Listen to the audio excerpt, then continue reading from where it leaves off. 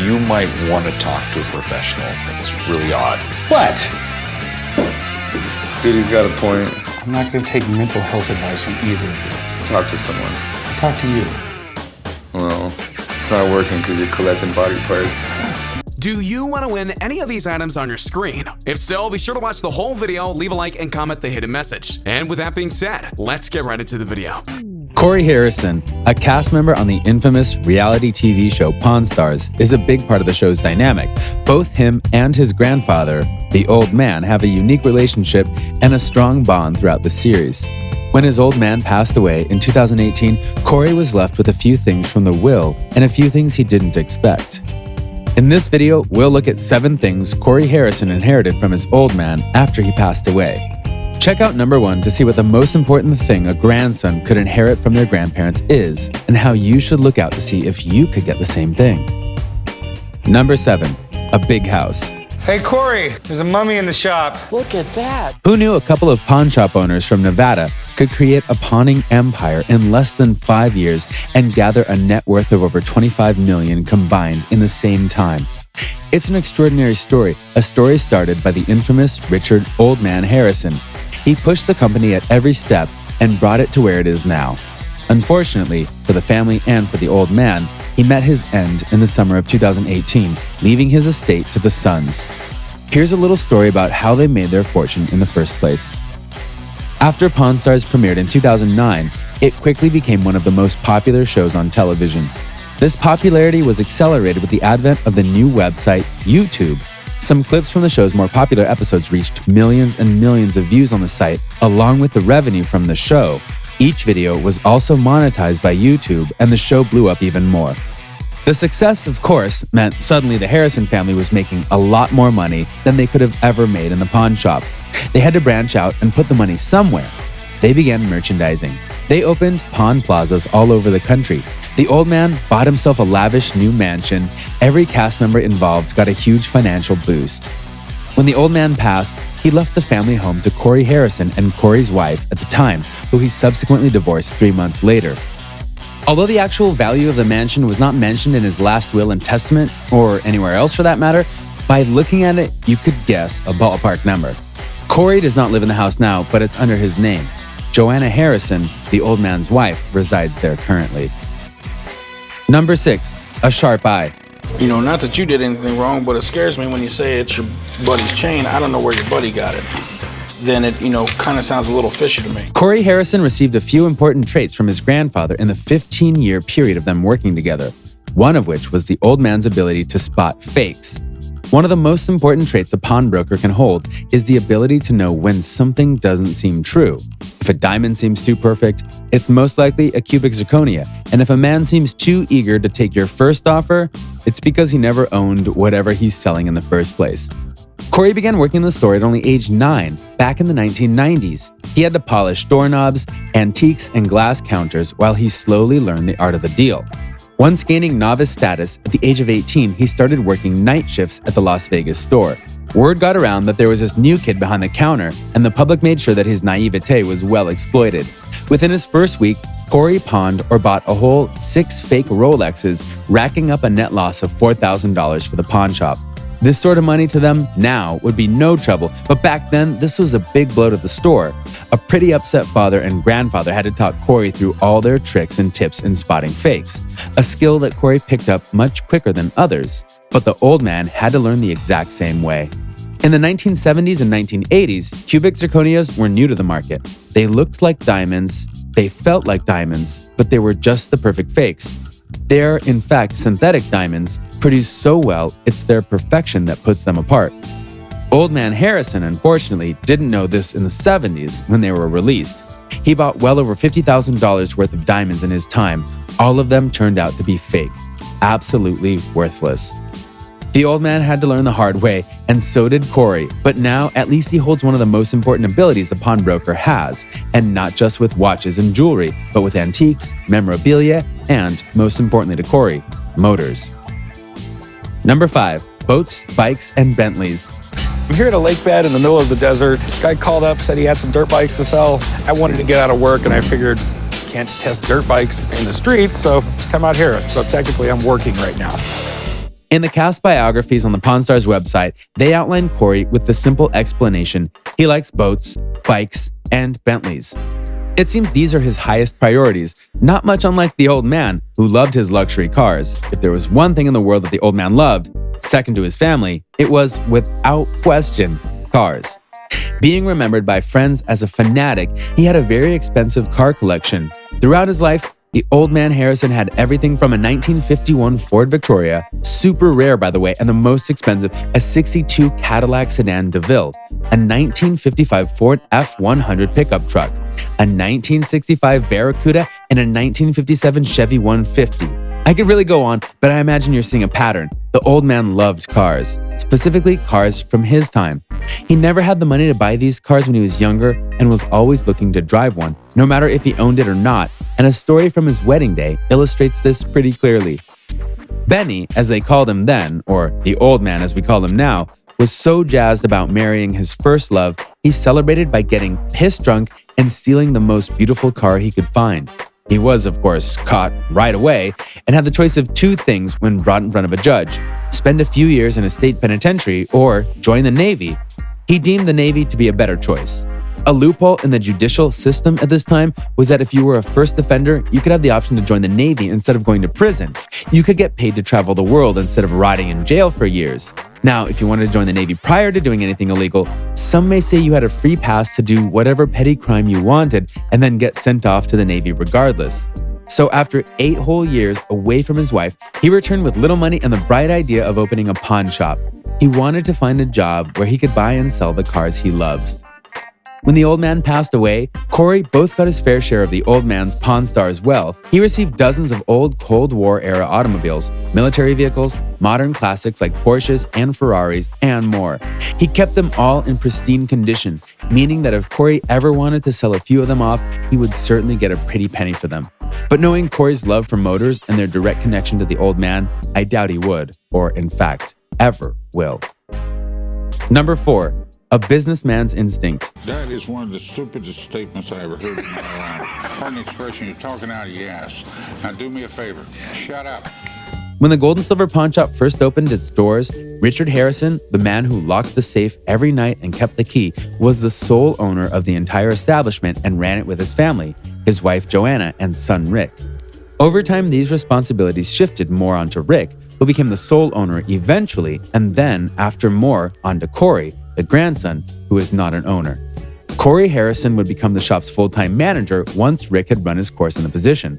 Entering the job, Corey realized he inherited something from the old man he would never have expected. It was the unique and exclusive ability to know exactly what's best for business at any given moment. The old man was a straightforward sort of guy, being described by his colleagues as, he told it like it is, never mincing words or handing out an undeserved smile. This sounds like a tough sort of boss, but this is exactly what you needed to be to run a store in such a successful way. Now, Corey has the businessman instinct in a way that differs from the old man, but aids the same goal. He's always learning new things to help the company. Being described as, so, it is Corey that knows what the lines on a red Solo cup mean. This is a highly important quality in an ever-changing business world and one that has made him a fantastic businessman.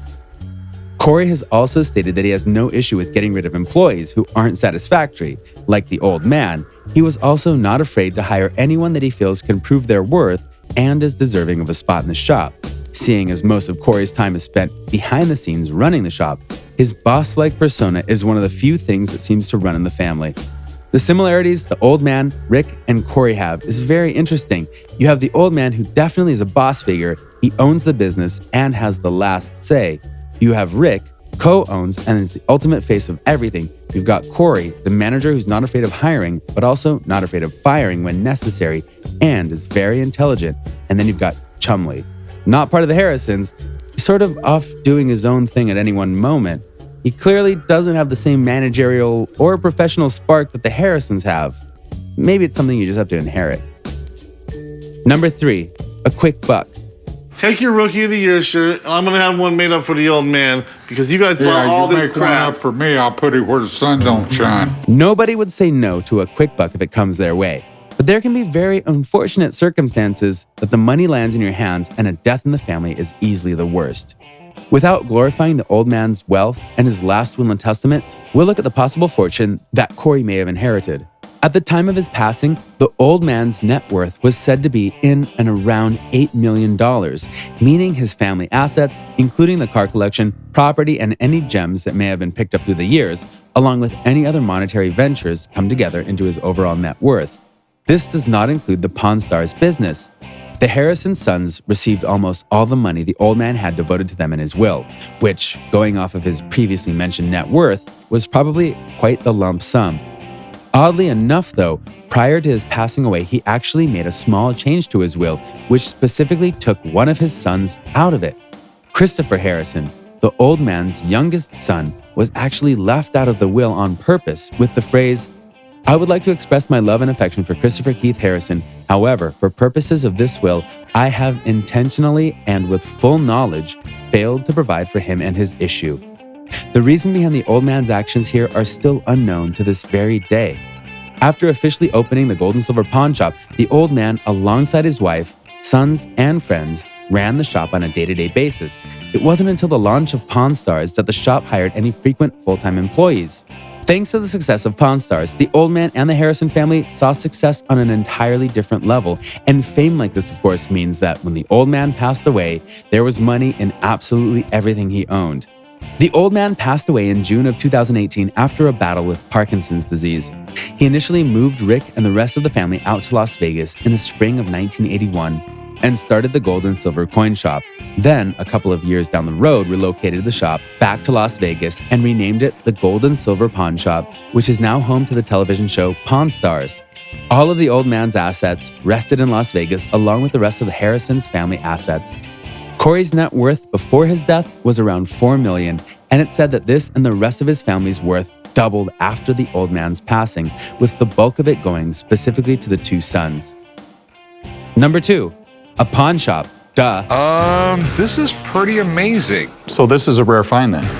Well, that's if it's real. The old man, being the founder of the Gold and Silver Pawn Shop on the Las Vegas Strip, had the whole shop in his name to begin with. Every document and check would need his signature on it. But when the time came, he thought it necessary to pass it down to Rick, who was his eldest son.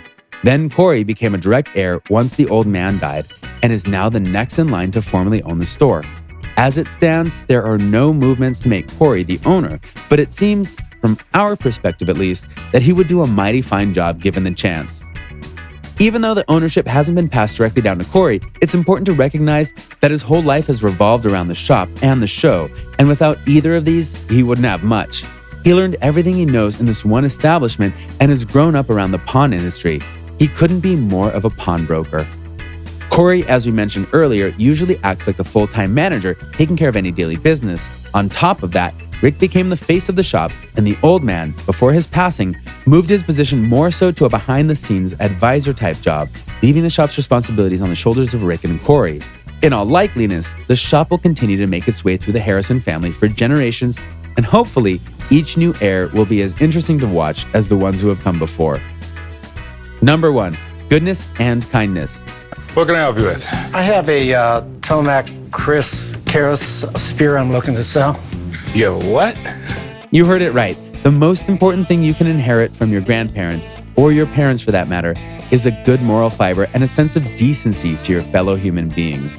A little kindness goes a long way, and the Pawn Stars went a pretty long way. Was it because of a little kindness? From all 580 episodes of Pawn Stars, it's safe to say that any fan, or even just a regular viewer, knows more about this TV family than almost any other family in reality television history. The relationships, at least in the initial seasons, are laid bare without much alterations or editing. This means we can get a good sense of each character's persona and how they differ or compare to one another, specifically with on-screen friends, co-workers, and family. The most interesting relationship is that of the late co-founder and owner of the store, the old man, or to some, the appraiser, and even Benny, and his grandson, Big Hoss, or just Corey Harrison. One similarity between these two family members and co-stars is their kindness. They're known for both being nice to work with and very polite. On the official Pawn Stars website, gspawn.com, short for Gold and Silver Pawn, which is the name of their Las Vegas Strip pawn shop, Corey and the old man are painted in the cast biographies as very kind people. Corey's bio lays him out as so Corey isn't so much Big Hoss anymore after taking 115 pounds off his frame. Skinny, as some of the girls in the office like to call him, is a do-gooder, even if he doesn't want anyone to know about it. Not unlike the elder two Harrisons, he'll go to the end of the earth to help a friend or his family. The weight reference, as some may know, is talking about his quite rapid change in size a few years ago, which was caused by a gastric lap band surgery in 2010 and a change to his diet. Harrison's weight went down from 365 pounds, about 166 kilograms, to approximately 250 pounds, about 113 kilograms. But that's besides the point. Ultimately, Corey seems to be just a good person, someone that learned good moral values from his parents and his granddaddy. In the old man's biography, he's painted similarly, but with an air of authority. Always asking, "What's new?" when he saw you, even if that was every day. He played an important and influential role in the shop all the way up to his passing on June 25th, 2018. He was a family man through and through and was generous to a fault when it came to his grandkids and great-grandkids. Their kindness and influence in the office seems to be a very important trait they hold, and we can see that this is how their co-workers put them in such high regard.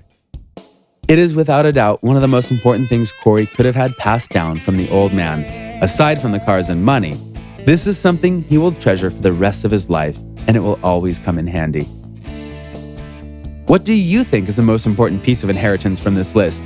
Do you think you would be happy receiving goodwill from your grandparents' inheritance? What would you do with all that goodwill? Tell us about it in the comments. Remember to give this video a like and subscribe to our channel for similar content. See you in the next video. A simple reminder on how to enter our brand new giveaway. We will be giving away either an iPhone X Max, the new iPad mini, or a MacBook Pro. It's really your choice. So be sure to leave a like, comment the keyword, subscribe, and turn on notifications to enter the giveaway. It's really that simple. Go for it.